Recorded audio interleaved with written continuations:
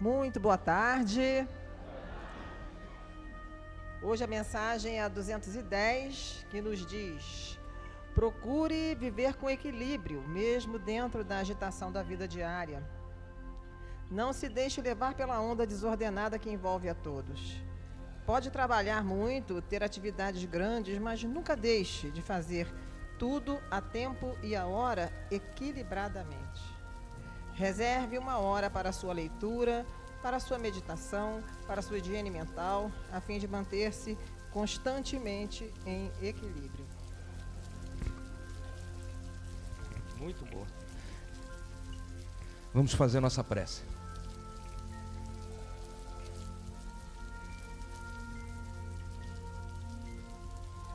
Pai, mais uma vez estamos aqui reunidos em Teu nome, rogamos, Pai, por misericórdia, a permissão para que nossos guias e mentores aproveitem esses momentos de confraternização e aprendizado, para mais uma vez acalmar o nosso coração, abrindo a nossa mente, aliviando o nosso fardo, tornando-nos receptivos às bênçãos e orientações que serão trazidas do mais alto a partir desse momento. Permita-nos ainda o auxílio, sempre bondoso e caridoso, dos nossos guias e mentores. Que os guardiões da casa impeçam a entrada daqueles que tenham vindo nos perturbar. Porém, todos que aqui estiverem dos dois lados da vida, que saiam hoje melhores do que quando aqui chegaram, assim como nós. Obrigado, Senhor, por mais esse encontro contigo e que assim seja.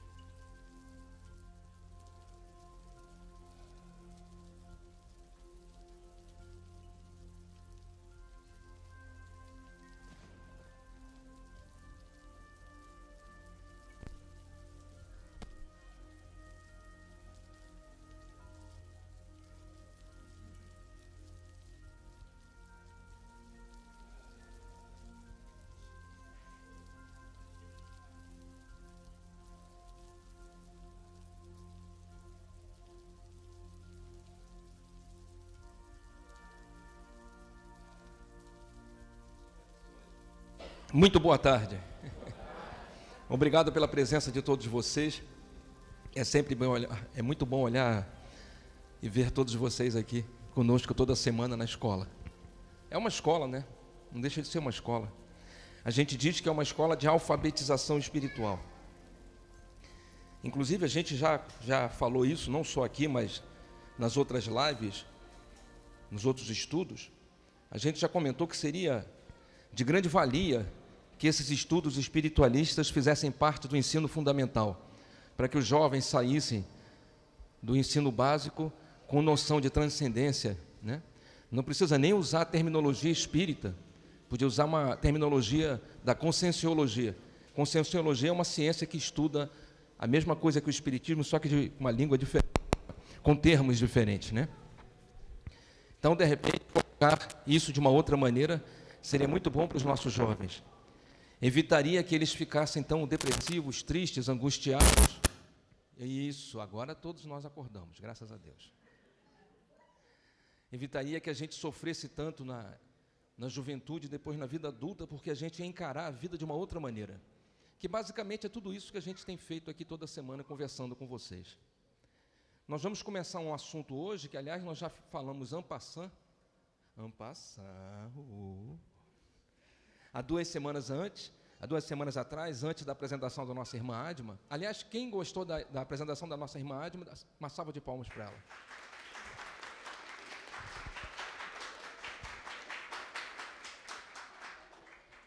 Mandou, que isso. Nós íamos entrar nesse assunto sobre a vida em sociedade. Nós vamos falar sobre a vida em sociedade e a vida no trabalho, já explicamos isso para você. O que a gente quer dizer com a vida em sociedade? Como é que você se relaciona com o seu vizinho? Como é que você se relaciona com seus amigos? Como é que você se relaciona com o cara da van, quando você entra na van, ou no motorista do BRT? Como é que você se relaciona com o cara quando você vai na padaria? A sua vida social, como é que é? Porque não adianta a gente falar para você, a reencarnação é um fato, e tudo que você faz aqui vai gerar consequência, e você vem com outra existência. Legal, isso é bonito, mas e daí? Como é que eu pago minha conta? Né? Como é que eu boto miojo na minha mesa? Pô, meu vizinho está tocando uma música chata pra caramba, eu não aguento mais ouvir isso. Como é que eu faço? Eu vou lá dar um tiro nele. Vou jogar uma bomba. Queima em nome do Senhor, queima, explode essa casa. Vou embora daqui que eu não aguento mais. Quer dizer, a ideia cristã, a visão cristã espiritualista é muito bonita na teoria, mas na prática, no dia a dia, como é que a gente vivencia isso? E é exatamente isso que a gente está tentando corrigir. Porque nós, seres humanos, somos, me perdoem a expressão, mas eu acho ela muito bonita, somos seres multifacetados. Pô, isso é bonito pra caraca, não é, meu? Nós somos criaturas muito complexas. A gente não é assim, eu sou bom, pronto, é bom em tudo, não. Você é bom em algumas coisas, em outras coisas você já não está tão bem. Em algumas coisas você vai tirar uma nota muito boa, em outras matérias da vida você vai ser reprovado. Então nós somos seres muito complexos e cheios de camadas. Essa é a verdade.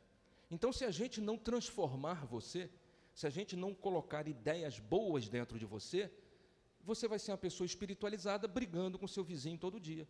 Ou uma pessoa espiritualizada com raiva da vida porque não consegue emprego. Ou uma pessoa espiritualizada com medo de qualquer coisa que aconteça. Olha, o ventou, olha, soprou, olha, disseram isso, disseram aquilo, e você vai na onda de qualquer coisa.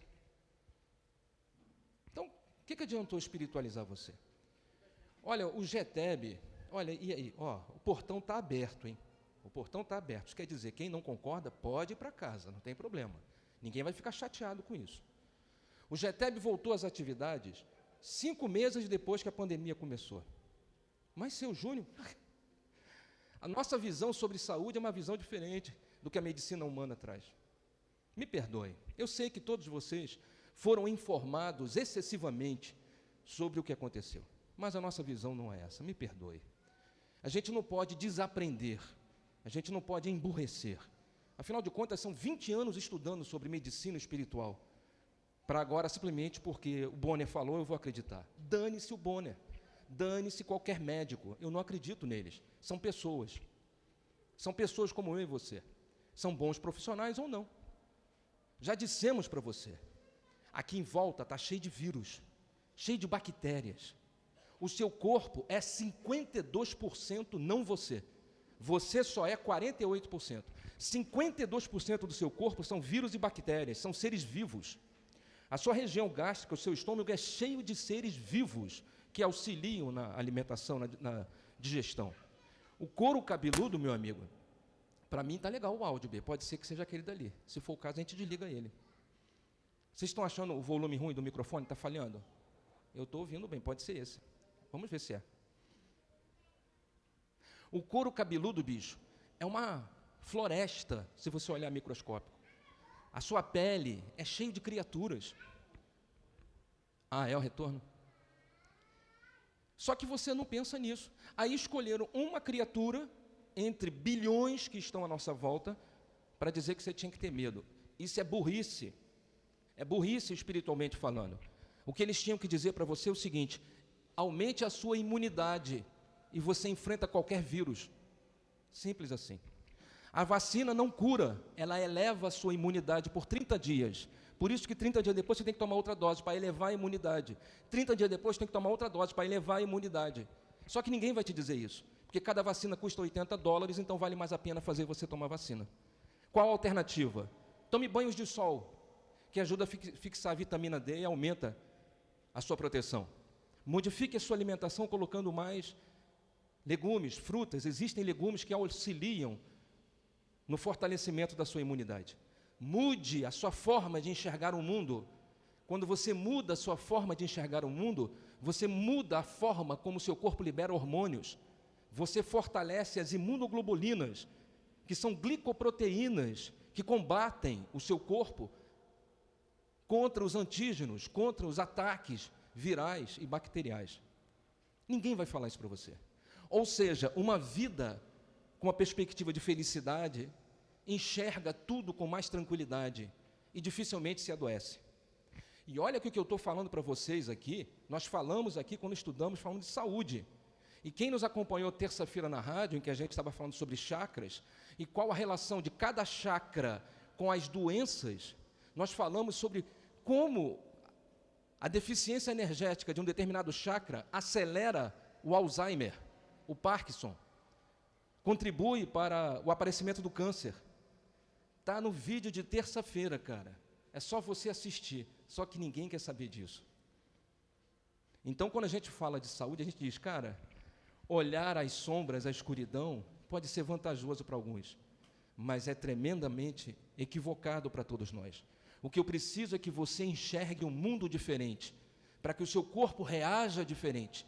E, independentemente da quantidade de vírus e bactérias que estiverem à sua volta, você caminhe no vale das sombras, onde 2.000 cairão à sua esquerda e 10.000 à sua direita, e você não vai ser atingido. Foi sobre isso que nós falamos. A Organização Mundial da Saúde, eu vou parar aqui que se deixar eu me empolgo, desde 1998 modificou a definição de saúde. Hoje, saúde para a Organização Mundial a OMS, que mandou você botar máscara, essa mesma OMS, em 1998 modificou a definição de saúde.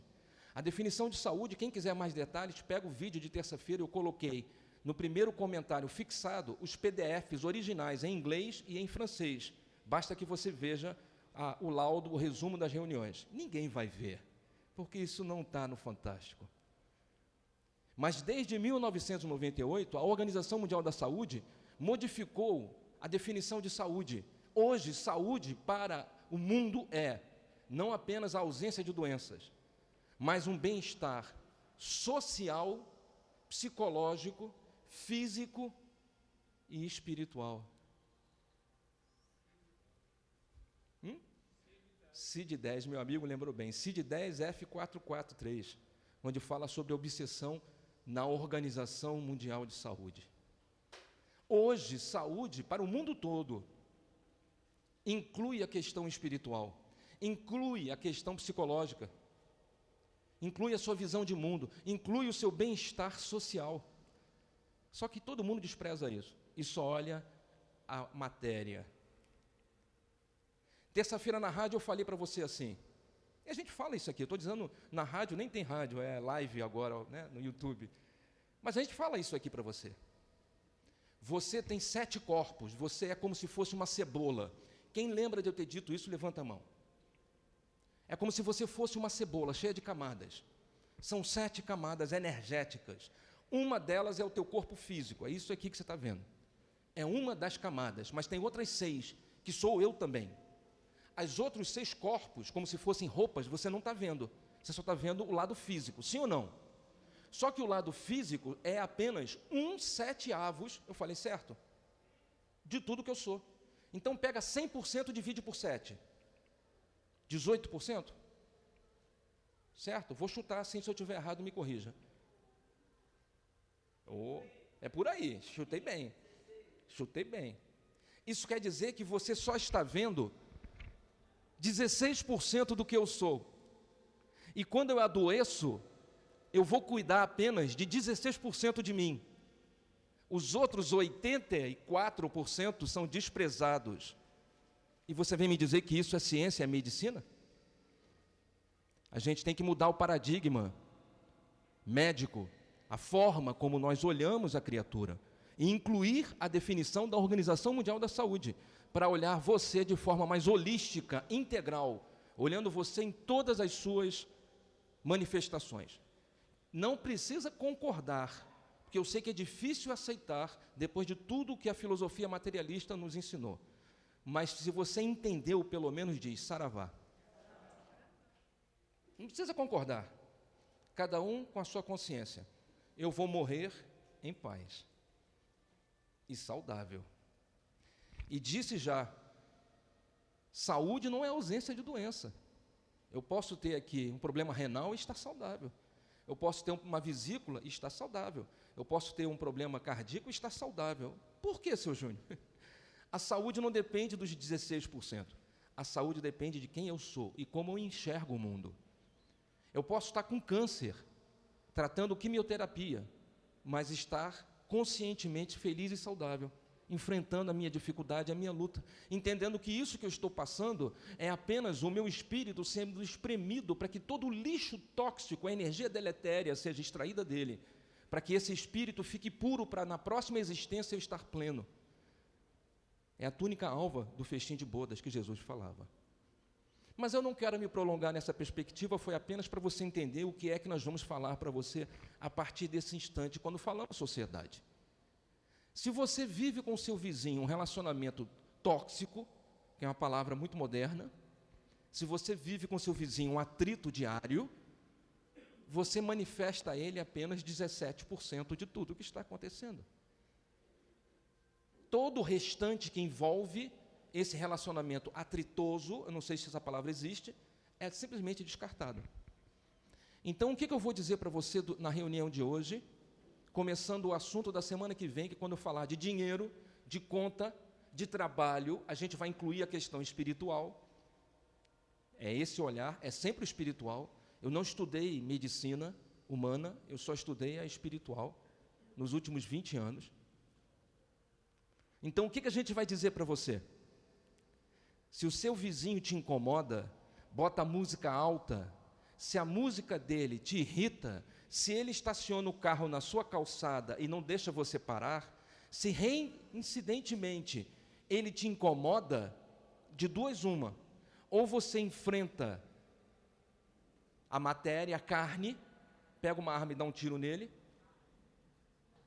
ou você luta contra as potestades e principados, faz o culto no lar, e todas as vezes que você estiver em oração às 18 horas, junto conosco na corrente de oração, na sua casa, você vai falar assim: Senhor, por misericórdia, abençoa meu vizinho.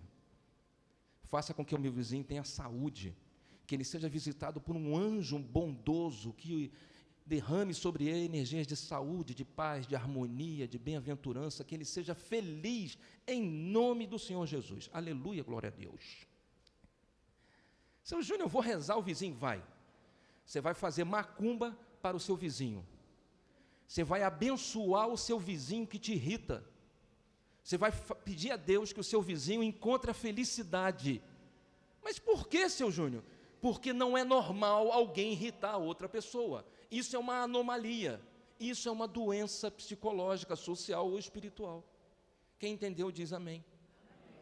Quem te incomoda está doente. Ele não precisa de culpa. Ele não precisa de julgamento. Quem te incomoda precisa de ser curado. Ele precisa ser amado. E não precisa apanhar. Então, o que a gente vai te dizer é o seguinte: no seu dia a dia, aqueles que te incomodam precisam ser curados por você. Vou dar um passo à frente, mas na verdade eu vim para trás. Se nada te acontecesse, você ia ficar encostado debaixo da macieira, na sua zona de conforto, não ia ligar para ninguém, não ia se preocupar com ninguém, apenas com o seu próprio umbigo, com o seu eu, a minha casa, a minha família, a minha roupa, o meu quarto, as minhas coisas, o meu tesouro, a minha vida, tudo eu, tudo na primeira pessoa. É o ego, é o grande inimigo, é o grande adversário apontado por Santo Agostinho, um dos pais da igreja. Então, se nada acontecesse, você ficaria na sua zona de conforto, esperando a maçã cair do céu. Você não ia mover uma palha para fazer absolutamente nada por ninguém.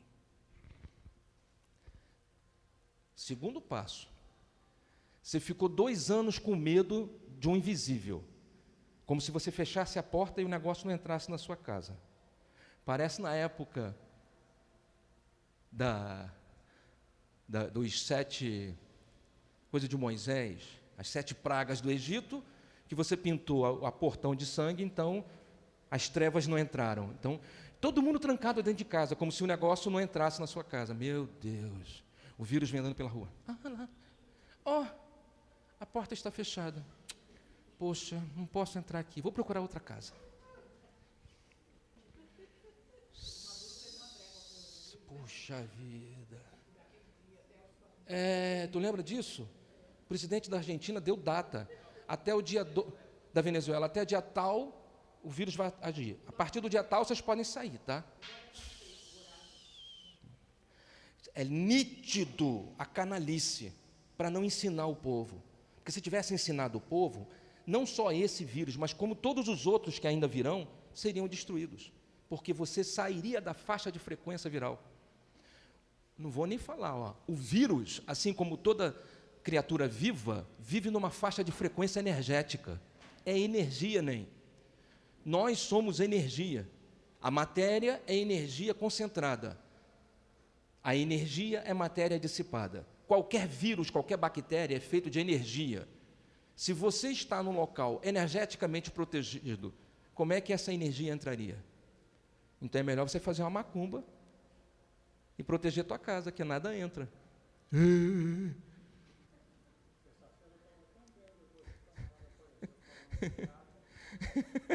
Acabou contigo. Então, preste atenção, segundo passo. Aí a pessoa fica na zona de conforto, não faz nada para ninguém. Você ficou 2 anos em casa com medo. Eu respeito. Cada um faz o que quer da vida. Eu só estou te dando o plá, e isso que eu falei durante a pandemia na internet. Por isso os vídeos foram vários deles bloqueados. Porque não há papo, não tem curva, é reto assim. Mas você ficou, beleza. Então a pergunta que a gente te fez é a seguinte: nos 2 anos que você ficou em casa, o que você estudou? Qual curso online você fez para melhorar o seu currículo? Você estudou algum tipo de programação, linguagem de programação? Você estudou alguma coisa? De repente, costura, você aprendeu a cozinhar um prato diferente, você aprendeu a fazer um tricô, fez um curso de tecelagem. Um curso qualquer para você melhorar a tua cabeça, ocupar sua mente. Tudo bem, não fez curso, tá bom, tá bom. Só para te falar que você se inscreve em alguns cursos, paga R$30 por mês, e tem mais de 3.000 cursos à sua disposição, pelo celular, pagando R$30 por mês. Se você não sabe, vem semana que vem que eu vou te dar várias dicas sobre empreendedorismo. Mas eu vou só falar para você, tudo bem, não fez curso não, beleza. Qual livro você leu para aumentar os seus conhecimentos? 2 anos em casa.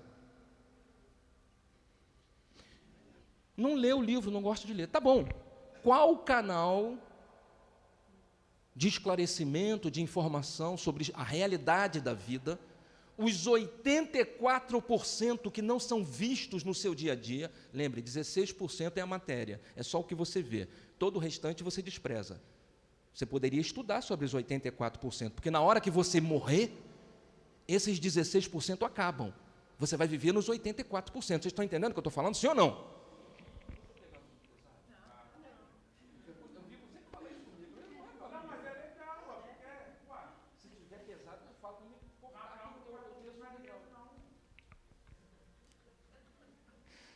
Então, não leu o livro, tudo bem. Qual canal você passou a seguir pelo seu celular, em que falava para você, ensinou para você sobre, te deu dicas de uma mudança comportamental para você se espiritualizar mais?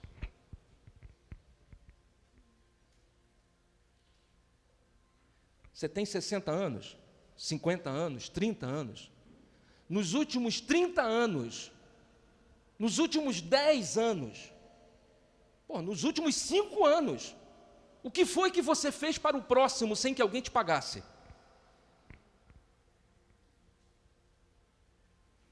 Você está entendendo onde eu quero chegar, sim ou não?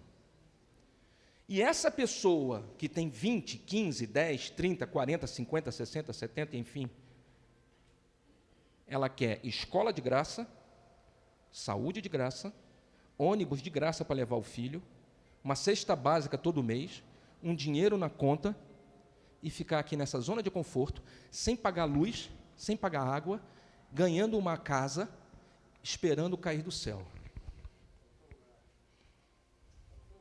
Desculpa, faltou gás. Mas agora tem um vale gás de 125, né? Você percebeu como a nossa visão de mundo está equivocada? Sim ou não? Cara, não tem vírgula. Ai, seu Júnior, eu não gosto de vir no GTEB porque eu me sinto mal. Tudo bem, cara, vai para a igreja então, cara. Porque na igreja eles vão dizer que a culpa do teu problema é o encosto. Pronto, aí você diz que culpa o encosto. O pobre do demônio não precisa fazer nada. Ele fica sentado rindo, porque a gente é mais criativo do que ele. A gente é mais autodestrutivo do que ele. Ele fala, cara, eu nunca imaginei bolar isso que vocês fazem. Eu não vou fazer nada, eu vou ficar aqui sentado no meu inferno, sentado no meu trono em chamas. E olhando para vocês, porque, cara, vocês são muito inventivos para se auto-boicotar. Obsessão? O demônio te obsediou. Deixa eu explicar uma coisa para você que ninguém vai te explicar. O obsessor não vem até você. O obsessor vive numa dimensão distante de você.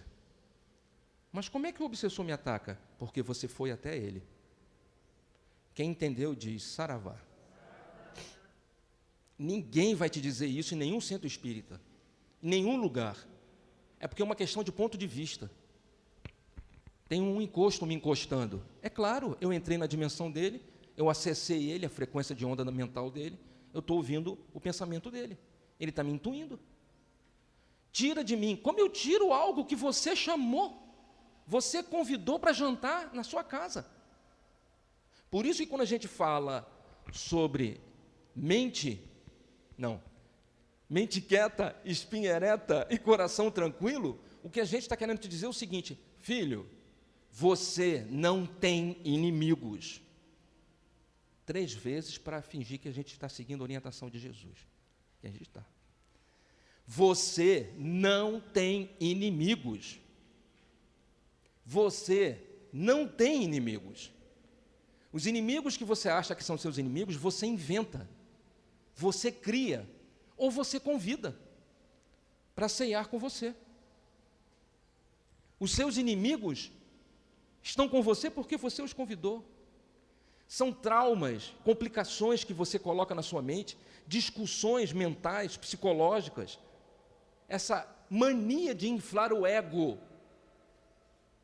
Você sabe que, segundo Freud, a criatura é enxergada, desde que ele lançou, em três, vamos assim dizer, facetas, né?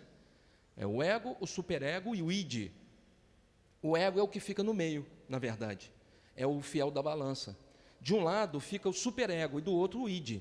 Um é um animal selvagem, vou falar de uma forma errada, mas para a gente entender, que vive pelo instinto, ele quer saciar suas vontades, ele quer beber demais, ele quer fumar demais, ele quer sentir prazer na vida.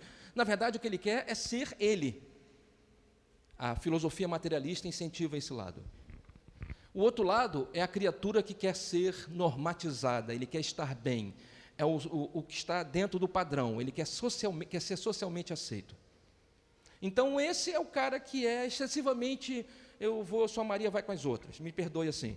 O outro é aquele cara que sou eu, que eu bato no peito, que eu que mando, a minha vida é minha. E no meio fica o ego, tentando contrabalançar essas duas criaturas. Meu filho, eu falei certo? Nós simplificamos essa visão, dizendo para você que o homem branco foi conversar com o índio sobre como enxergar a vida.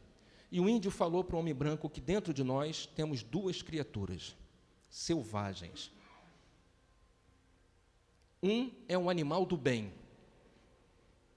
o outro é um animal do mal. Essas 2 criaturas que vivem dentro do homem branco, segundo o índio, estão em eterno conflito para saber quem domina a consciência.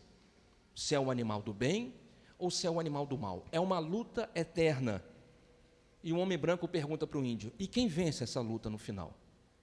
E o índio responde, aquele que você alimentar mais. Se você alimenta o animal do bem, é ele que te domina. Se você alimenta o animal do mal, você faz parte dele. Na nossa vida em sociedade, é importante que a gente tenha sempre um olhar que vá além da matéria. Você não está lutando contra a carne, mas contra os principados e potestados, como diz os nossos irmãos protestantes. A sua luta não é contra o seu vizinho, que bota a música alta. A sua luta é contra quem está intuindo o seu vizinho para encher a sua paciência.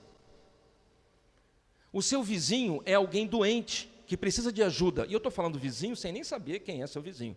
Vocês entenderam que é apenas uma figura de linguagem. Entenderam? Aquele que te incomoda é o teu patrão, é o encarregado da empresa, não importa. Aquele que te incomoda, na verdade, é a pessoa escolhida por Deus para tirar você da zona de conforto.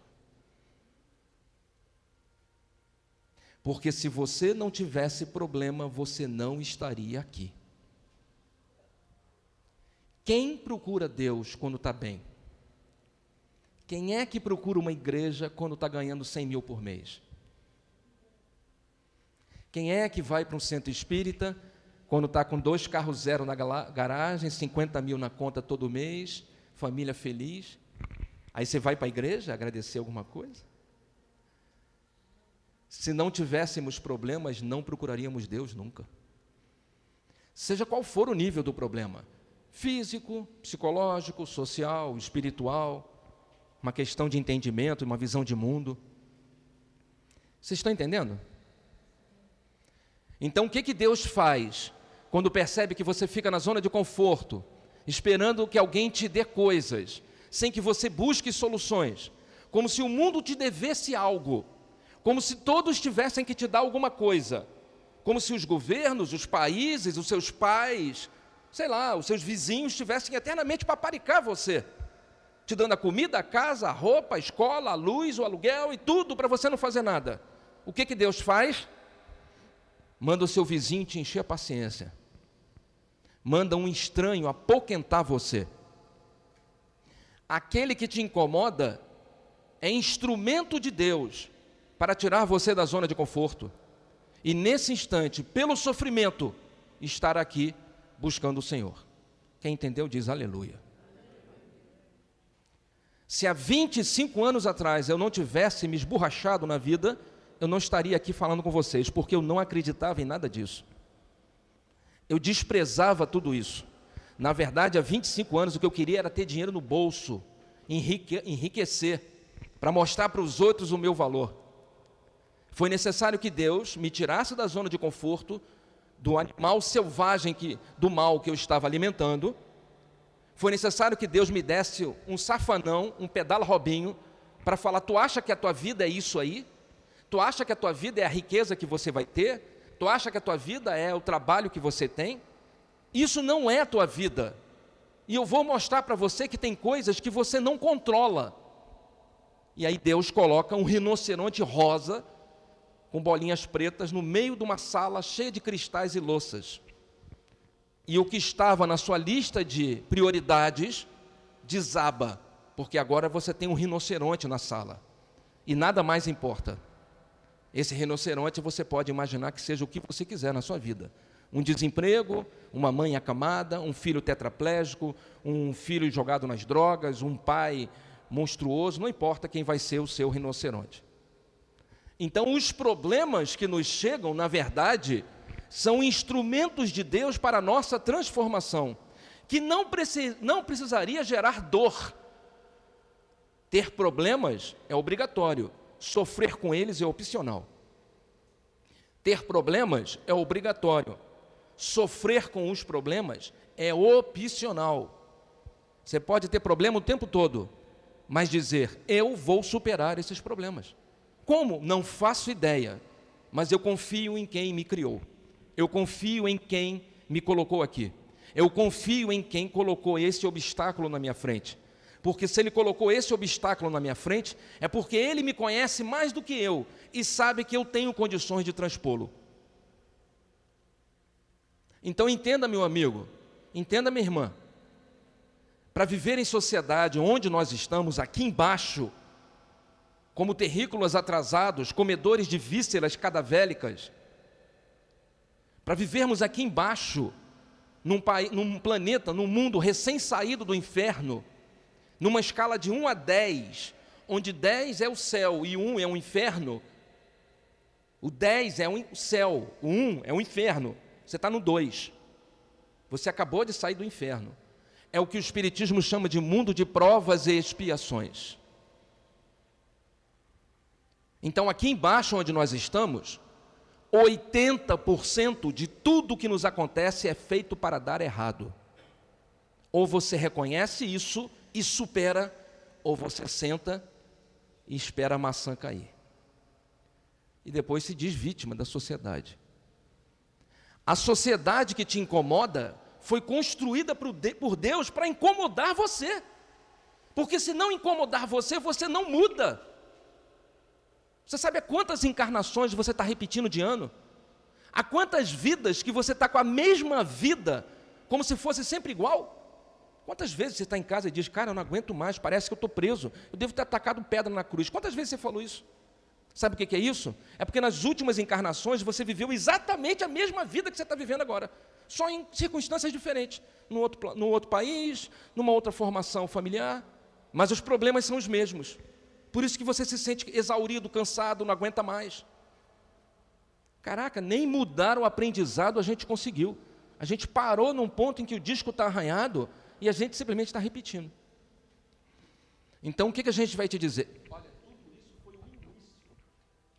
Nem começou a reunião. Não é loucura isso? Meu Deus do céu. Pausa para a água.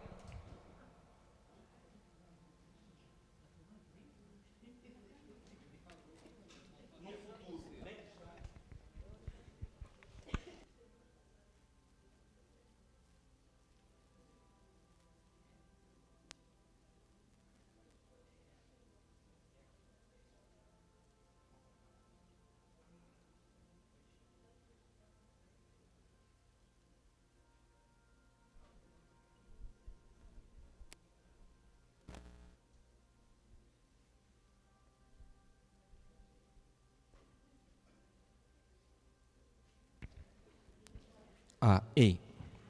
Qualquer coisa, tu sabe que qualquer coisa é isso aí, ó. É esse que eu falo aqui. Ei, Então, foi. Beleza.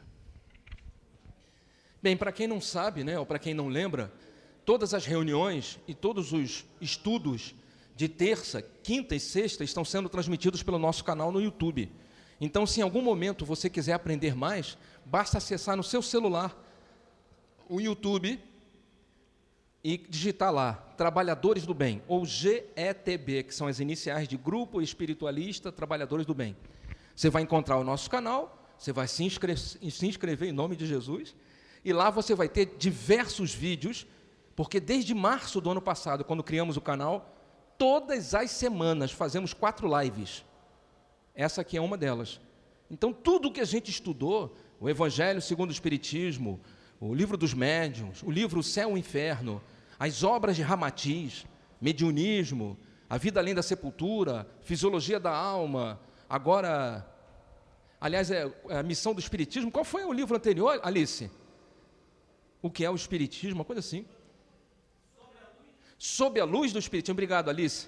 E agora com o livro A Vida Humana e o Espírito Imortal, está tudo no YouTube, e está separado por playlist. Tem uma playlist só Programa Despertar. Tem uma playlist só Reunião de Sábado. Caraca, meu. Melhor do que isso, só se eu for na tua casa, levar os estudos para você, botar o fone de ouvido. É 30 minutos o estudo, cara. Meu Deus do céu, 30 minutos. Ai, Jesus. Evangelho de Jesus, segundo Mateus, capítulo 5, versículo 44.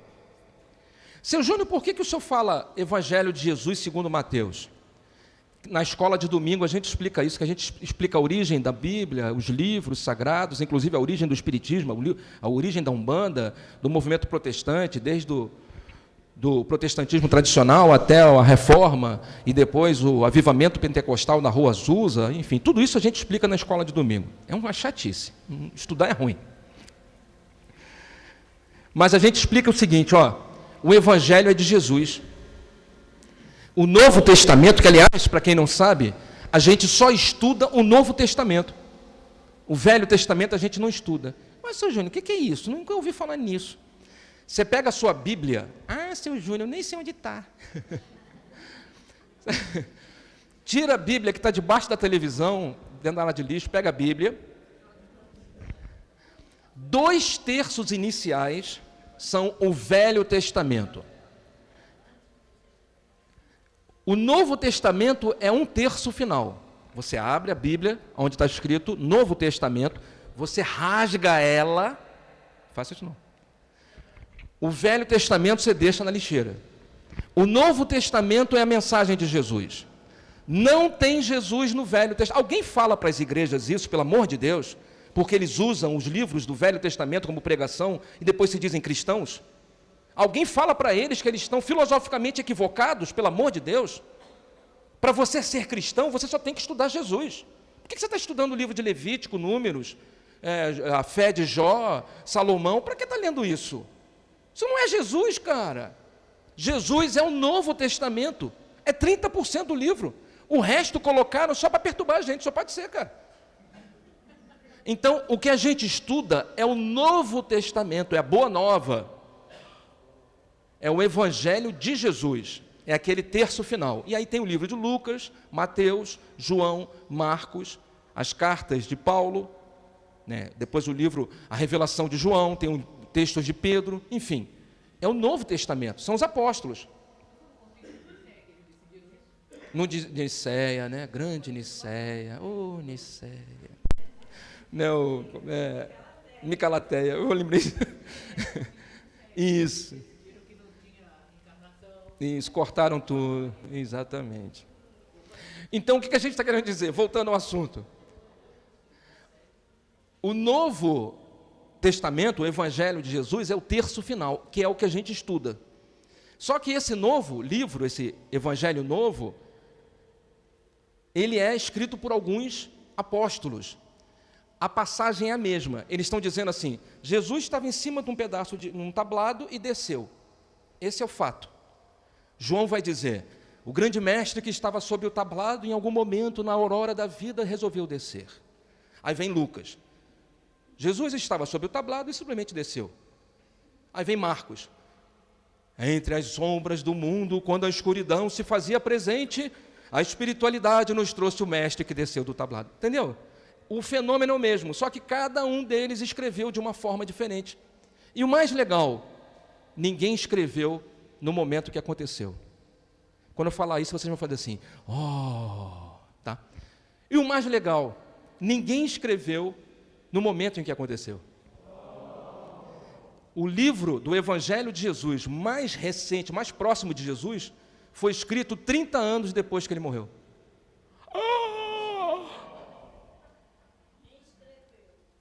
Agora eu te pergunto, como é que os caras lembraram das palavras que Jesus falou? Como é que João, como é que Mateus, Marcos e Lucas sabiam exatamente a frase que foi dita há 30 anos atrás? Tu consegue lembrar o que tu falaste semana passada com a tua mãe? Tu consegue lembrar qual era a roupa íntima que tu estava vestindo ontem, a cor da roupa? Ontem.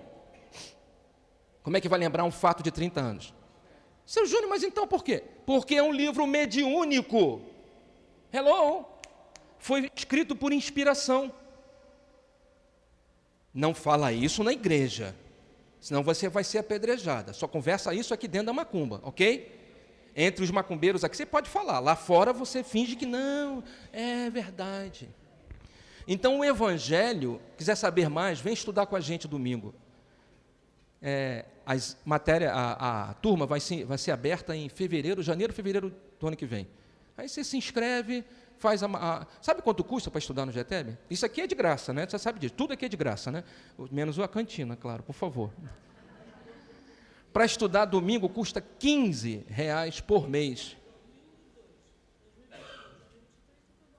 Tem que dar aumento? R$15,50. Olha, vou te falar, uma das matérias que é Fisiologia da Mediunidade, já está com 87 páginas. Os R$15 não paga nem a Xerox. A apostila de Umbanda, Iniciação Umbanda, passa de 100. A primeira matéria, que é Física Quântica e Espiritualidade, tem 50 páginas, 40 e pouco páginas. A Drica lembra disso. Leva 8 encontros, são 2 meses para você aprender. Isso é R$15 por mês. Cara, se a gente botasse isso na internet, eu podia vender isso como um seminário, botava um nome diferente, mesa quantiônica, inventava uns parangolé, cara, a gente ia enriquecer o GTEB, não é não, Adma?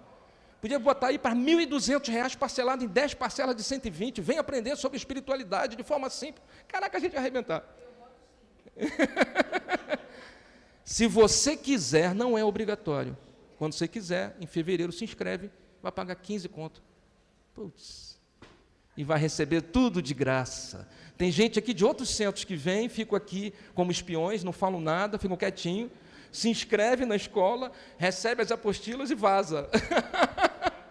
E eu já disse isso, cara, me pede que eu dou, eu levo de graça, te mando o PDF, o Word para você quiser, leva para quem você quiser, não precisa dar dinheiro para o GTEB não, porque eu não inventei, eu só li e resumi, só isso. Não é invenção da minha cabeça. Mas voltando ao que interessa...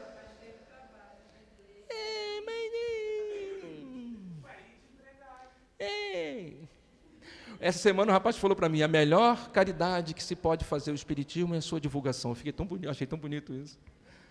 Evangelho de Jesus segundo Mateus, ou seja, foi um acontecimento que Jesus participou e Mateus vai dar a sua versão. Ficou simples assim de entender, sim ou não? Por favor, uma pergunta fácil, não faz pergunta difícil.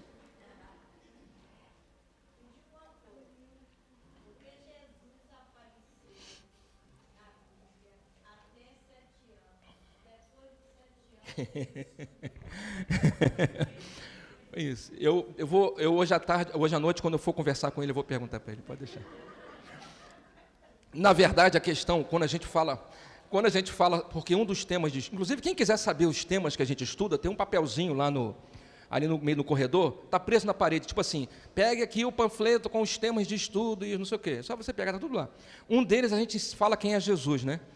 E Jesus, quando a gente explica, é o seguinte, ele é um cara, é um espírito tão evoluído, que se ele se ele se manifestasse em todo o seu esplendor, com toda a sua energia, o corpo se deterioraria. O corpo se destruiria em poucos segundos. Se acabaria. Né? Então Jesus, quando chega aos 7 anos, que ele percebe que ele é diferente, porque até os 7 a gente não tem muita consciência, e ele cumpre a missão, quer dizer, ele não vem assim, tipo, cheguei de forma maravilhosa e já venho pronto, não, ele cumpre as leis naturais, ele nasce como uma criança, cresce, joga bola, videogame, na época era Atari, era Odyssey, telejogo, então ele cresce como qualquer criança, assistia Power Ranger, Bandeirantes, como qualquer criança. Não andava com gaiola, não, graças a Deus, pelo contrário. Aos 7 anos ele percebe que ele é diferente, até porque os pais percebem que ele é diferente. Então, é meio assim, deixa quieto, porque se ele se revelar cedo, o corpo não aguenta. Então, ele só se revela aos 30, quando fisiologicamente as glândulas, os órgãos estavam estruturalmente bem formados. E o mais impressionante, dos 30 aos 33, e isso é o Evangelho de Jesus, 3 anos, para Buda foi necessário quase 70 anos de vida. Também não escreveu nada, quem escreveu foram os apóstolos. Aliás, é uma tradição, Sócrates não escreveu, quem escreveu foi Platão. É uma tradição entre os filósofos, né? Quem escreveu foi o... que eu não lembro. Isso. Então, Jesus, quando chega aos 33 anos... Tem uma passagem em que ele pede para os... Eu não posso render esse assunto, que a reunião vai acabar. Ele pede para os discípulos, fiquem em oração para que o pior não aconteça. Ele se afasta dos apóstolos e entra em oração distante dos apóstolos. Quando ele volta, a Bíblia diz que o suor dele sangrava, parecia sangue. Aí ele fala com os discípulos, fiquem em oração, eles estavam dormindo. Por favor, eu pedi, fiquem em oração para que o pior não aconteça. Ele de novo se afasta no jardim, acho que é no Jardim das Oliveiras, e começa a entrar em oração. Quando ele volta, de novo a Bíblia fala que ele suava com aspecto de sangue. Sabe o que estava querendo dizer para a gente? A pressão sanguínea já era tão grande que o corpo estava se decompondo. As veias não aguentavam mais a pressão. Isso só porque só ficou 3 anos assim. Do primeiro milagre aos 33, foram só 3 anos e o corpo já não aguentava. Se Jesus não morresse na cruz, no dia seguinte explodia. É simples assim. É uma estrela numa caixa de fósforo. Porque ele, espiritualmente falando, é o governador planetário. E ele recebia a influência direta do Cristo, que é o governador solar. Os dois eram um só, manifestados em carne. Quando se diz em nome do Pai, do Filho e do Espírito Santo, ele está falando exatamente sobre isso. Só que ninguém interpreta dessa maneira. Então Jesus, em seu esplendor, só pôde permanecer entre nós durante 3 anos. Antes disso, ele viveu uma vida comum, porque se ele fizesse qualquer coisa, o corpo não ia aguentar, ia se deteriorar antes da hora. Isso a gente já estuda no domingo. Por isso que, no limite, quando ele carrega a cruz, ele já nem sentia. Quando ele é torturado, o corpo já não se impactava. Não é dizer que ele era anestesiado, não é isso. Ele sentia o golpe, ele sentia as feridas, mas não da forma que a gente sentiria. Porque naquele momento era como se o espírito dele já quase se desacoplasse da própria carne, e ele andava entre nós ainda falando de amor, como ele fala para a mãe dele: vede, mãe, eu reformo todas as coisas, no meio do Calvário. E ainda na cruz, quando ele diz para um dos que deveriam supostamente estar com ele, né, ainda hoje estaria contigo no paraíso. É interessante que essas passagens, quando a gente estuda domingo, a gente desmistifica, porque o único que estava presente na crucificação de Jesus era João. E João não narra nada sobre duas pessoas ao lado de Jesus. Mas todos nós sabemos quem é São Dimas, ou pelo menos os católicos sabem. É um dos crucificados que se arrependeu. É o santo do arrependimento. Que não existe, segundo João, porque João não falou sobre isso. Mas vamos conversar sobre isso num outro momento, que não é dia disso. Amém? Amém. Eu só ia ler a passagem, cara.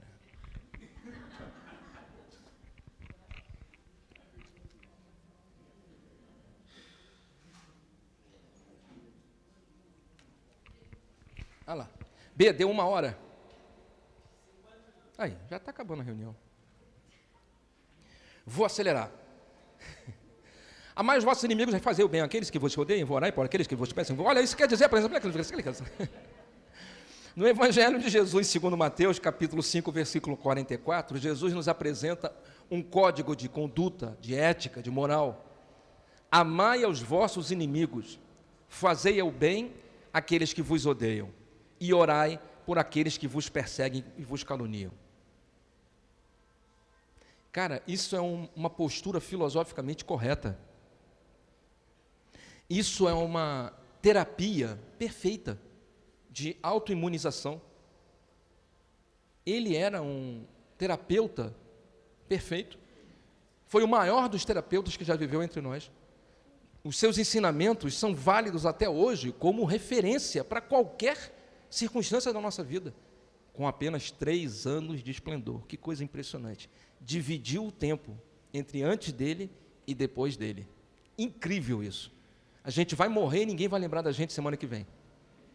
O cara morreu há 2022 anos, que na verdade está errado. Quem quiser estuda com a gente, tem 3 anos de erro aí no calendário. Mas o cara morreu há 2000 anos e a gente até hoje tenta entender ele. Impressionante isso. Merece uma salva de palmas. Salva de palmas para Jesus. Caraca, meu. Valeu, mestre. Fazei o bem àqueles que vos odeiam, orai por aqueles que vos perseguem e vos caluniam. Pois se amais apenas aqueles que vos amam, que recompensa tereis? Os publicanos também fazem isso.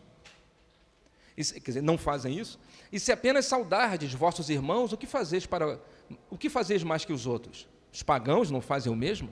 Sede, pois, perfeitos, como vosso Pai Celestial é perfeito. Você veja que ele está dizendo que essa história de entrar na igreja e falar: paz do Senhor, irmão. Paz do Senhor, irmão. Como vai? Paz do Senhor. Mas lá fora não enxergar a pessoa, não cumprimentar ninguém e não desejar amor para ninguém, isso não é a postura de cristão. Um cristão tem que ser como é aqui e lá fora. Quem já me encontrou na rua, não é porque eu seja melhor do que vocês, mas é porque se eu não fizer e der o exemplo, como é que eu vou ter coragem de falar com vocês? Eu, para falar para você alguma coisa, eu tenho que botar em prática, senão eu estou sendo hipócrita. É ou não é? Então, se eu te encontrar na rua, eu vou parar de onde eu estiver e vou te abraçar e te agarrar, você pode ter certeza. E vou te beijar. E você vai ficar constrangido. E é para isso mesmo. Porque é isso que a gente faz aqui dentro. Então, a ideia é amar aos seus irmãos. Não só no local em que você se encontra. Porque se você só vai amar, eu só vou amar vocês aqui, lá fora que explode o mundo, que é isso? Nós somos filhos de Deus, os outros são criaturas. Tá vendo? Estão sofrendo porque são criaturas, está vendo? É isso que Jesus ensinou? A divisão? Que é isso, cara? Que loucura é essa? Você não é cristão. Diga, meu amor.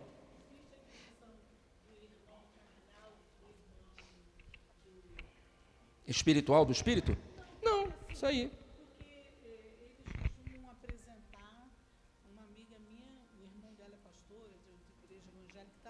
E ela ficou muito revoltada com ele, que ele apresentou, esse daqui é minha irmã carnal. Ela ficou muito chateada com ele.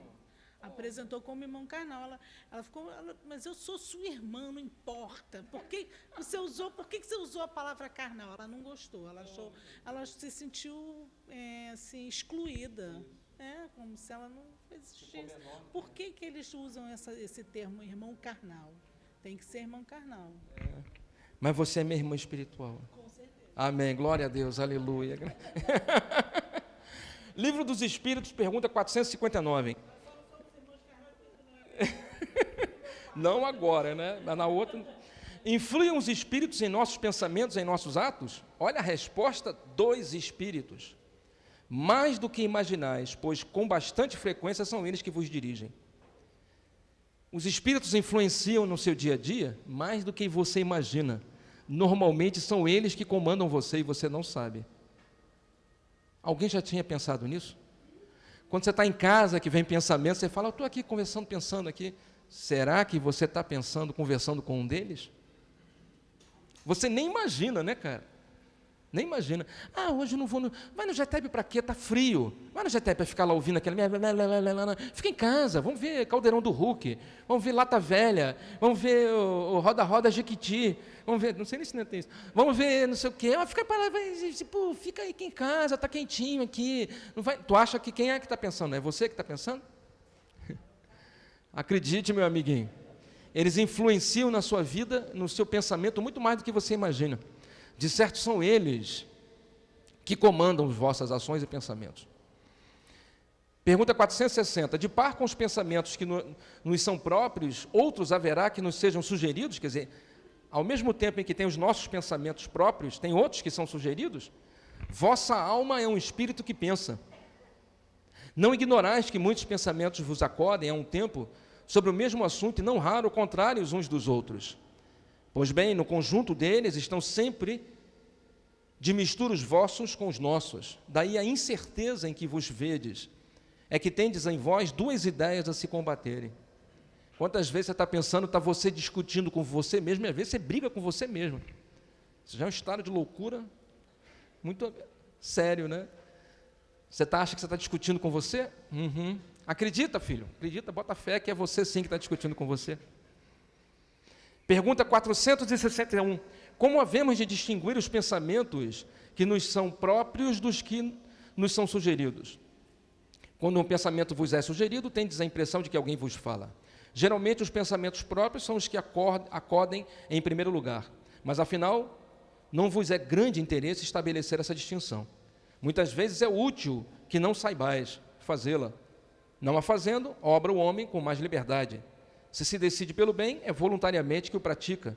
Se toma o mau caminho, maior será a sua responsabilidade. Então eu vou te dar uma dica para você saber se é um encosto que está falando com você ou não. Obrigado. Vou botar aqueles cartazinhos aqui de novo. Quando você tiver um pensamento, já falei isso outras vezes, né? Eu brinco assim, mas é coisa que eu sempre ensino. Quando você tiver um pensamento que fica repetindo na sua cabeça, muda agora conscientemente. Tipo, Arnaldo está me traindo. Arnaldo deve estar me traindo. Não é possível, cara. Esse Arnaldo está não sei o quê. Meu Deus do céu, meu marido está me traindo, meu marido está me traindo. O que você vai fazer? Se toca. Será que esse pensamento é meu? Vou pensar numa coisa nada a ver. Rapaz, o pudim, como é que a gente faz pudim de micro-ondas? É possível fazer pudim de leite de micro-ondas? Deve ser assim, você vai misturar não sei o que, aí você está pensando, daqui a pouco volta, Arnaldo gosta de pudim, pô, será que o Arnaldo está me traindo? O pensamento voltou. O pensamento voltou, você vai falar assim, estou achando que isso não é meu, não. Vou testar de novo com outra coisa. Arnaldo está me traindo, Arnaldo está me traindo. Bolo de cenoura com cobertura de chocolate. Como é que a gente faz um bolo de cenoura? Eu acho que a gente tem que pegar farinha, Cleibon, né, bater, botar ovos, não sei o que, com leite. Daqui a pouco leite. Arnaldo está me traindo, meu marido está me traindo. Voltou o pensamento. Se o pensamento voltou sem que você controlasse, esse pensamento não é seu. É alguém. Isso pode ser qualquer coisa. Uma dívida que você tem. Você não consegue tirar da sua cabeça. Você pensa em outra coisa, mas tem que pensar conscientemente, porque durante o dia a sua cabeça tem 1 milhão de pensamentos. Você tem que se tocar, que você não consegue parar de pensar no aluguel. Então, o que você vai fazer? Vou pensar em outra coisa. Uma coisa bem esdrúxula, nada a ver. Se a parede é amarela, o ventilador está rodando, uma coisa boba. Se daqui a alguns segundos voltar o pensamento naquela preocupação, acredite, não foi você. Não, é porque aquela preocupação não foi. A preocupação existe. O que eles fazem é colocar pensamentos, fazendo com que você retorne àquele seu pensamento. O pensamento continua sendo seu. Eles só vivificam, fortalecem o que já está dentro de você. Eles não conseguem te dar o que você não tem, mas eles conseguem fortalecer o que já está dentro de você. Ficou claro? Seu Júnior, aí eu descobri que não sou eu que estou pensando, é alguém que está me obsediando. O que eu faço? Sai correndo. O que você vai fazer é simples. Pensa no Getebe. Olha a teia de aranha ali, ó, teia de aranha, tá vendo? Pensa no Getebe, aqui o seu Júnior, aqui, essas cortinas, ó, o seu Júnior aqui. Pensa naquela imagem lá da entrada do Getebe. Fixa o olhar naquela imagem de Jesus, a entrada do Getebe, o salão, beleza. Gravou? Gravei, seu Júnior, salva no celular. Quando você perceber que o pensamento não é seu, você vai falar assim, tem que mentalizar, tem que ser firme, tá? Pai, primeiro você vai falar com Deus. Primeiro, tem que pedir permissão a Deus. Se Deus falar que não, você para ali. Mas isso como é que eu vou saber? Porque na hora que você for perguntar, a resposta vem. Se a resposta vier antes de você terminar a pergunta, não é sua resposta. Foi Deus que te respondeu. Amém? Então você vai falar com Deus, Senhor, eu vou fazer uma oração para essa pessoa que está me colocando maus pensamentos. Eu queria a sua permissão para eu poder orar. Oi, eu queria a sua permissão. Mas por que isso? Porque se você orar pelo inimigo, o inimigo vai ficar com você mais tempo, porque ele percebeu que teve acesso. Ele percebeu que ele conseguiu te atingir. Tu acha que ele vai sair de perto de você? Ele está conseguindo, ele vai se sentir incentivado. Agora mesmo que eu não te largo, vou te azucrinar, você não vai nem dormir. Ó, você criando problema. Então tem que ser consciente, tem que fazer a macumba direito. Amém? Senhor, por misericórdia, permita que eu possa orar esse meu irmão, seja quem for, é alguém que precisa de ajuda, é meu irmão, porque todo mundo aqui é filho do mesmo pai, então somos irmãos. Quem obsedia você te conhece. Invariavelmente já foi um filho, já foi um pai, já foi uma mãe, foi um marido, foi uma esposa, foi alguém que esteve na sua família em vidas passadas. Então essa pessoa não adianta bater, porque na época que ele vivia na sua família, você a trataria com respeito. Como os que estão na sua família, você deve tratar com respeito. Então, seja quem for o espírito, respeite-o como ser humano. Amém? Respeitar o espírito é o primeiro passo para que ele ouça você com dignidade e atenda às suas orientações. Desprezá-lo, mandá-lo queimar, arranca, expulso, é a primeira coisa para dar errado, para você ficar preso nesse inferno durante vários anos sem perceber. É contraproducente fazer isso. Então, o que você vai fazer? Senhor, me permita que agora eu possa orar por esse meu irmão, para que ele seja encaminhado para o Getebe. Vou pensar no Getebe, Senhor, durante a oração. Entendeu por que eu falei da imagem do Getebe? Aí o que você vai falar? Meu irmão, ele está te ouvindo. Ele está te ouvindo porque você ouve o pensamento dele, ele ouve o seu. Meu irmão, eu vou fazer uma oração e peço que você vá para esse local que eu estou pensando aqui. Está vendo aqui? Ó o seu Júnior, ó, a cortina, ó a esteia de aranha, está vendo que tem a imagem de Jesus lá na frente, está vendo? Ó, esse é o local que você vai receber ajuda. Recebe essa oração que é para você. Pai nosso que estás no céu, santificado seja o vosso nome, venha a nós. Vocês sabem fazer o Pai Nosso, sim ou não? Sim ou não? Sim. Porque senão a gente faz uma reunião para ensinar, não tem problema. Seu Júnior, acabei de fazer a oração, agora te aquieta, vai beber sua água, vai ver seu filme e veja se desaparece. Seu Júnior, por que eu vou mandar ele para cá? Porque aqui é um hospital. Toda igreja é um hospital, todo terreiro é um hospital, todo centro espírita é um hospital, de almas, vivas ou mortas. É aqui que ele tem que estar. É aqui que ele tem que receber a orientação. Então peça para que ele venha para cá. O máximo que vai acontecer é a espiritualidade perceber a sua honestidade ao pedir a permissão por Deus, vai adormecer aquele irmão se ele não puder vir para cá naquela hora, e sábado que vem, quando você vier, ele vem dormindo, trazido pela espiritualidade, entra aqui, na hora que você está assistindo a reunião, ele está sendo levado. Quantas vezes você entrou no Getebe mal e saiu melhor sem a gente ter feito nada? Já aconteceu com você, sim ou não? Levanta a mão para quem já chegou aqui mal e saiu bem. E a gente nem fez nada. Ou seja, quem estava com você ficou aqui e você foi para casa sem ele. Hospital Espiritual São Lázaro, é o hospital que atende o GETEB. Quiser mentalizar o hospital, manda o nome. Dá um endereço, CEP, para ele não errar. Amém? Perguntas?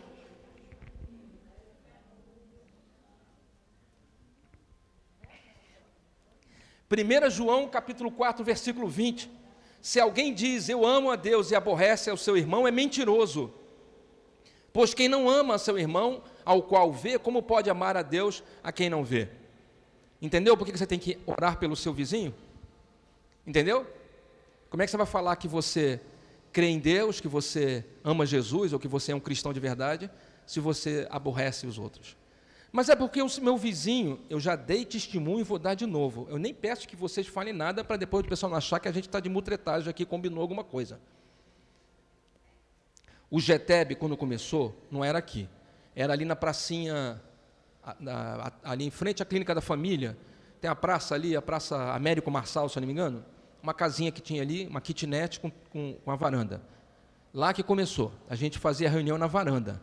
Era uma varandinha desse tamanho assim, ó. Daqui para cá. Não cabia nem um carro. E era daqui, nessa pilastra aqui, um tiquinho mais, era coberto. Então, reunia 5 pessoas, 6, 7, 8 pessoas. Mônica dava consulta com os guias de Umbanda, e eu fazia essa reuniãozinha, começando os trabalhos. Na verdade, começou no terreiro de Macumba, depois é que foi para lá, mas tudo bem, isso é outra história. Nós começamos esse trabalho, que agora é sábado, quinta-feira, 8 da noite. Qual não foi nossa surpresa? Que poucos dias depois de começarmos o trabalho, às quintas-feiras, 8 da noite, o vizinho ao lado resolveu abrir uma igreja chamada Rema Tosquinel. A igreja, eu acho que existe até hoje. E qual era o dia do culto? A diferença é que os cabas têm dinheiro. E eles botaram um som altíssimo, tocando louvor desde as 7h30. Então, eu naquele espaço, sem microfone, ficava tentando falar alto para ver se as pessoas ouviam, nervoso, preocupado, lendo o livro para ler o trecho. Não tinha essa dinâmica, era coisa cachotada. E o cara botava mais, eu tinha que parar a reunião. Meu Deus do céu, hoje está demais. Toda reunião, quinta-feira, 8 da noite, era culto, quinta-feira, 8 da noite. Mônica resolveu fazer consulta, sexta-feira, 8 da noite. Quando foi o outro dia que eles botaram no culto? Não é possível, cara. A gente tem que entrar em batalha espiritual. Não é contra a carne, é contra principados e potestados. Já ouviram isso, gente? Então, a sua luta não é contra o vizinho, é contra a espiritualidade que está colocando o vizinho nessa condição, porque ele está doente, ele precisa de ajuda. Quem passa na rua tocando Ludmilla ou falando das meninas que estão cansadas, num volume altíssimo, como as meninas estão cansadas? É música das novinhas que senta. Pô, as meninas estão cansadas, meu. Né? Então, é a música das meninas cansadas. É senta, agacha, senta, quica. Meu Deus do céu. Estão muito cansadas, o Igor, muito cansadas.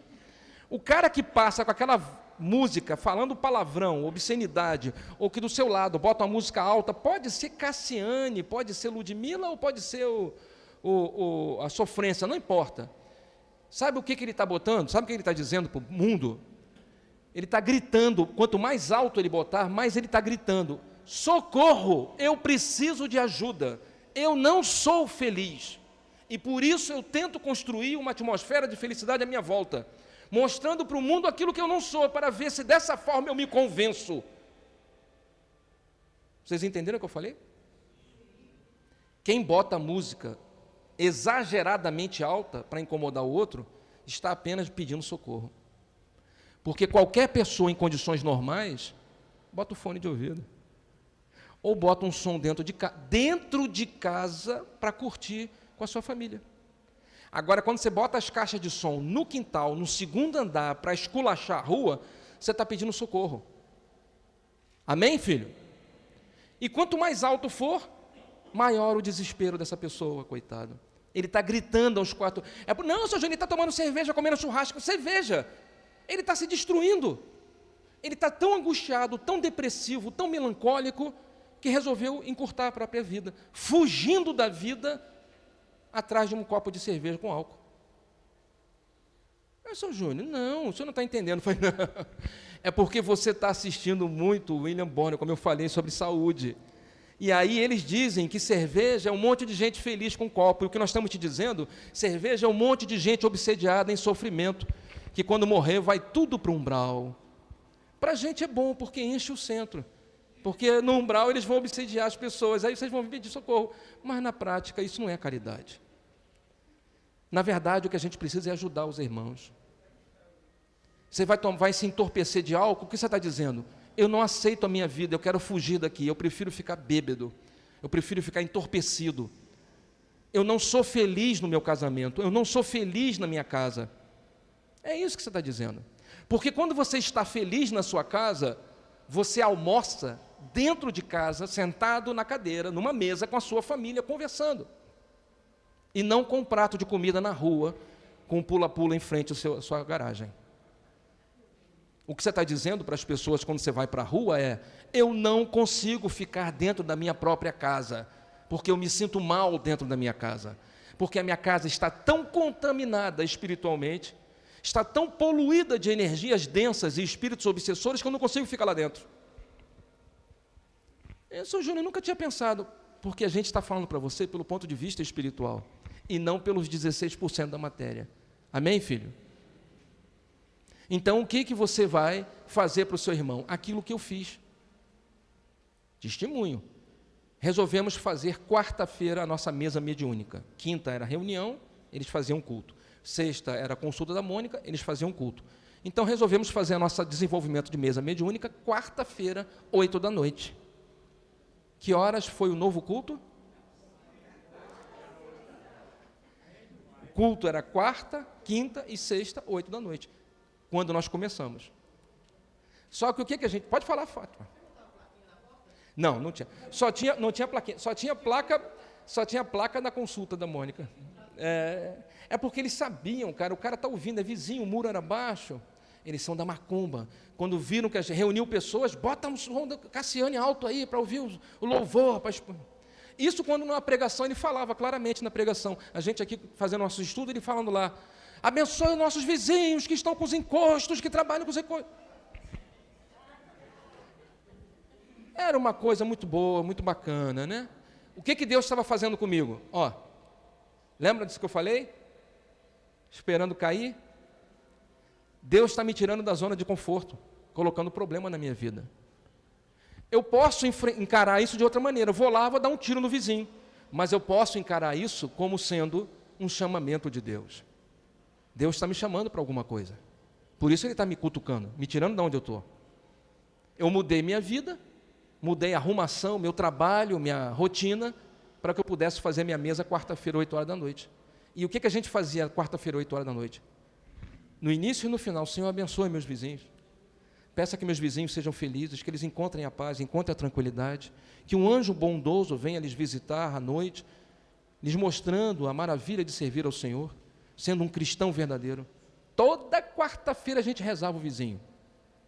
E aí, seu Júnior, o que aconteceu? O vizinho se mudou? Não, Deus nos deu uma casa própria. Aleluia, glória a Deus. 3 meses depois a gente saiu do aluguel. E a gente nem tinha dinheiro para sair do aluguel. E saímos. É onde a gente mora até hoje. Por isso que eu digo sempre que é onde a nossa vida é a vida abençoada. Porque Deus tirou a gente da zona de conforto e chamou a gente para o trabalho. Hoje repetiu-se isso. Aonde eu moro, o vizinho do lado, do segundo andar, começou a fazer culto, a música alta, só que agora não tem culto na minha casa, o culto é aqui. Então o que ele começou a fazer? Churrascão, cervejal, carne queimada e a música de sofrência o dia inteirinho. Tinha dia que 3h30 da manhã a música estava no maior volume. Os vizinhos estavam pensando em se mudar da rua, para você ter a noção. Só que ninguém queria falar com ele, porque todos tinham medo de que ele fosse de alguma coisa da fábrica de sandálias, Como é o nome daquela fábrica de sandália? Da Grandene. Grandene, isso. Vocês entenderam a fábrica da Grandene? Entenderam a referência? Eu tiro o microfone e falo: a Grandene fabrica miliça. Milicinha. Entendeu agora? Ei! Salva de palmas para a Grandene. que a gente fez? A vontade é matar, tacar fogo. O que a gente fez? Entramos em oração. Toda terça-feira, toda segunda-feira a gente faz o evangelho lá em casa, o culto no lar, botamos o nome do vizinho na mesa. Oramos. Aqui, eu sempre estou na mesa de quarta-feira, penso no vizinho. Em algum momento o vizinho cruzou comigo na rua, me cumprimentou, eu nem sei quem era. Ele parou o carro e falou: boa noite, vizinho. Boa tarde, vizinho. Eu falei: boa tarde, meu irmão. Eu sou o seu vizinho do lado, fulano de tal. Eu falei: meu amigo, que bom falar com você. Eu estava até com meu neto. Eu queria pedir desculpa, que eu acho que eu estou incomodando vocês lá, não estou? Aleluia, glória a Deus. Agora, Senhor, tema, meu Deus. Alá no eixo, saravá, seu trancarro. Ô, meu pai. Não, cristão não faz isso. Ó. Então tu já sabes qual é a batalha que tu vai travar. É espiritual, não é material. Incomoda. Levou 4 meses, 3 meses. Mas o cara parou o carro na rua para falar comigo. Eu estava passeando com meu neto. Seu vizinho, desculpa. Eu sou o seu vizinho do lado, eu acho que eu estou incomodando. Eu falei assim: ô irmão. Ó, eu acho que você deve continuar ouvindo sua música. Não tem problema nenhum. Só que como você está no segundo andar, o volume que você bota espalha. Lá na esquina, os vizinhos estão chateados com você. O vizinho em frente está pensando em se mudar por causa de você. Eu estou ali do lado, realmente, meu neto é novinho, está aqui, ó. Você quer continuar com o seu show? Fica, cara, não tem problema nenhum. Vai, faz sua coisa. Mas eu vou te dar uma sugestão. Tira a caixa de som do quintal e coloca dentro de casa. E ouve sua música dentro de casa. Ou bota um fone de ouvido. Pô, irmão, me perdoe, cara. Desculpa mesmo. Cara, pô, na hora eu estava... 4 meses de errando. Pergunta se depois disso ele parou. Parou sim, graças a Deus. Aleluia, glória. Ainda levou 1 semana, mas aí o Espírito Santo foi lá e aí ele parou. Nunca mais. Amém? Que assim permaneça, Senhor. Muito obrigado. E o que a gente pediu? Que ele encontrasse a felicidade. Que ele se apaixonasse, porque isso é falta de amor, né? É uma boa esposa do lado, sempre corrige os erros, os excessos dos homens, né? O vizinho já é o contrário. Quando ele bota a música alta, eu sei que ele não está bem. Aí eu falo: ei, o que houve? Está tudo bem aí? Não sei o que, vem cá, vamos conversar. O vizinho, quando bota a música alta, eu sei que ele não está bem. É isso aí. Isso aí.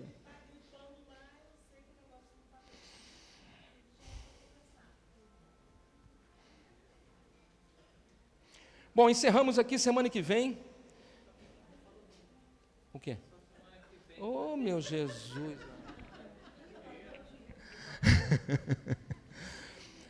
A carta de Paulo ao povo de Roma, é Romanos 12:1. Rogo-vos, pois, irmãos, pela compaixão de Deus, que apresentei os vossos corpos em sacrifício vivo, santo e agradável a Deus, que é o vosso culto racional. O seu culto racional. E não sede conformados com este mundo, mas sede transformados pela renovação do vosso entendimento, para que, para que experimentais qual seja a boa, agradável e perfeita vontade de Deus. Amém. 1 João 4,7. Amados, amemo-nos uns aos outros, porque o amor é de Deus, e qualquer que ama é nascido de Deus, e conhece a Deus. Aquele que não ama não conhece a Deus, porque Deus é amor. Amém? Semana que vem a gente vai falar sobre... Vamos falar sobre trabalho, né?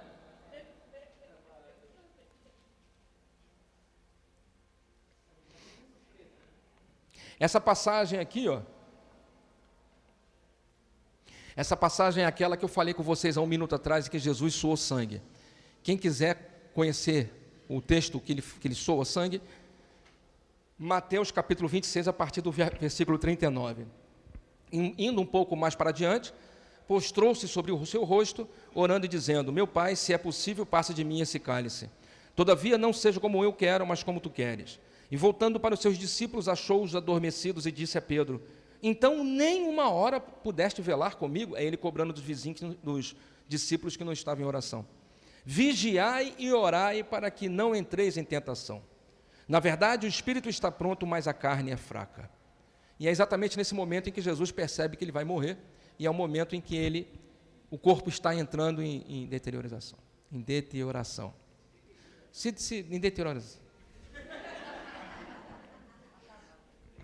Alguma pergunta? Gente, eu quero agradecer a presença. Tem alguma pergunta do YouTube aí? Não? Não, tranquilo. Ninguém assistiu, ninguém viu, não tem problema. Obrigado pela presença de todos vocês. Vamos fazer a nossa prece.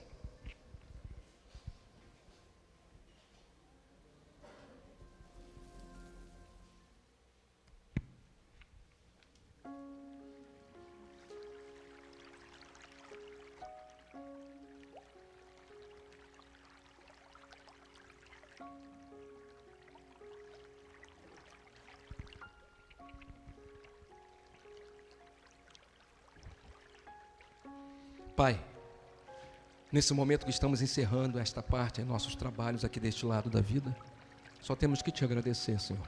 Muito obrigado. Obrigado pela vida que temos, pela família, pelo lar, pelo trabalho. Obrigado pelos momentos de dificuldade, pelos momentos de dor e de sofrimento, pelos momentos que sangramos e perdemos.